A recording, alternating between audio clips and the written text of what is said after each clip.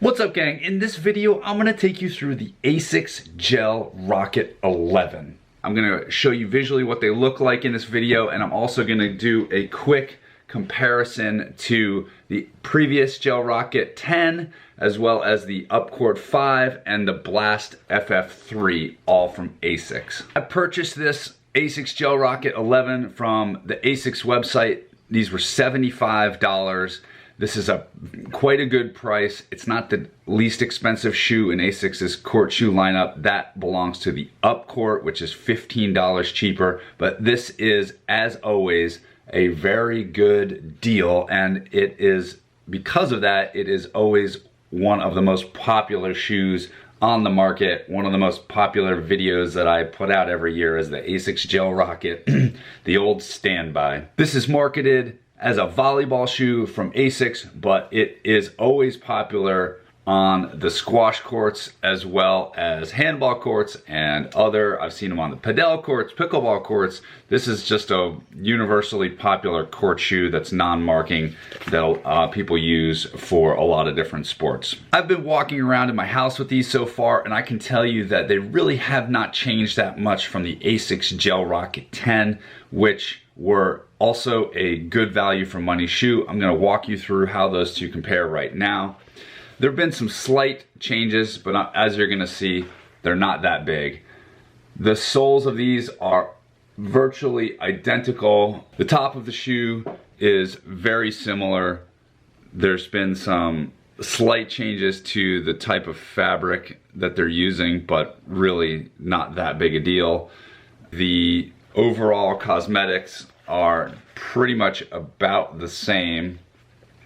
Here's the top. Here's the back, some minor changes there. The side, it's a little hard to see, but there's been a tiny change in the inside part here. There's a bit more covering for where you drag your inside big toe compared to the older model. But on the whole, if you liked the prior version of the Asics Gel Rocket 10, you're gonna like the Asics Gel Rocket 11.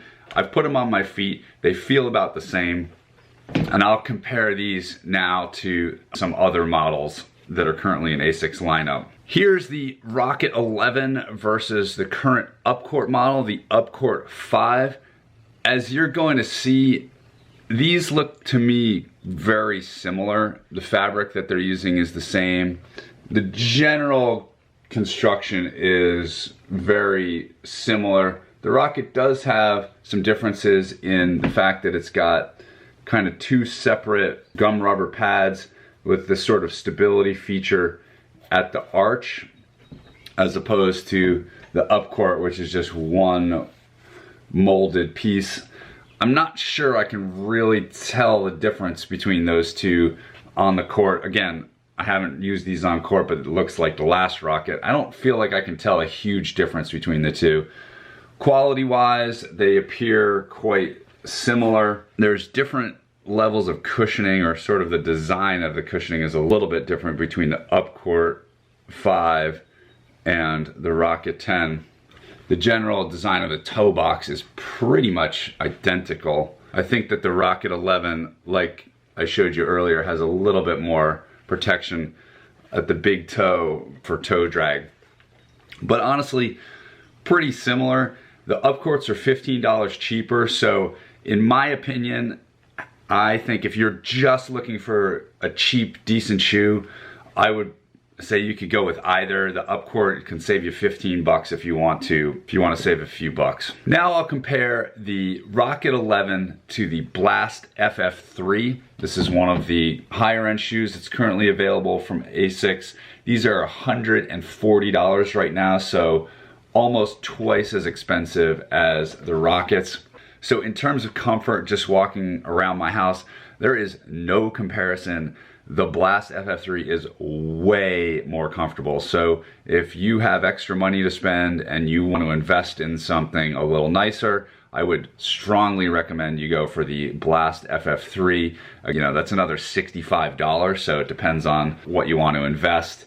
But these are way more comfortable on the feet, much softer inside. These have a kind of integrated like sock booty thing that's makes it very easy for you to get your feet in and out of the shoes. That's the Blast does. The Rocket has a much more traditional sort of separate loose tongue, like kind of standard. The Blast has a little tag up here to help you pull your shoe on and off. But the biggest thing is just the way that your foot feels inside of the Blast FF is just a lot more comfort.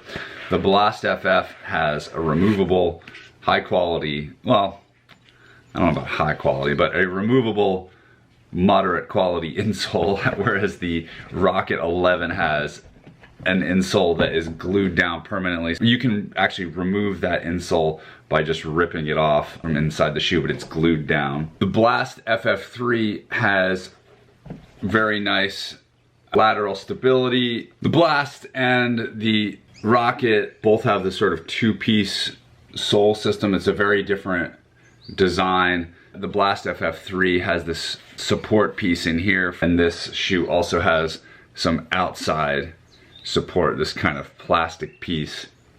Turn truss, I think is what it says there. This is some sort of feature of the Blast FFs for a while, whereas the Rocket just has your standard kind of outer part of the sole. Basically, it's very similar size in terms of lateral stability.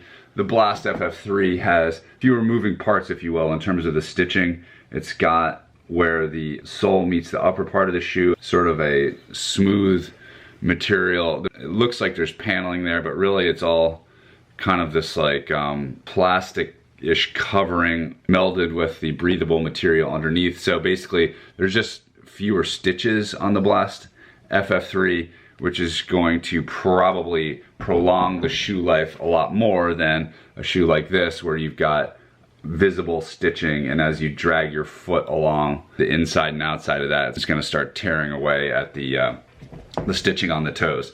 So you get what you pay for. If you want to have a bit more comfort and a bit better quality, trade up for the Blast FF3s.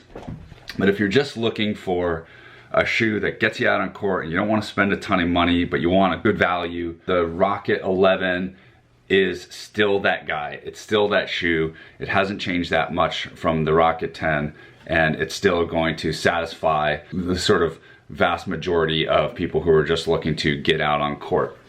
So I will be trying these out on the squash court. I'll be back with a later review, more in depth on how they play, but I'm expecting them to be pretty much in line with where the last shoes were. Hope that helps, and subscribe if you want to see more shoe reviews. We'll see you later. Bye.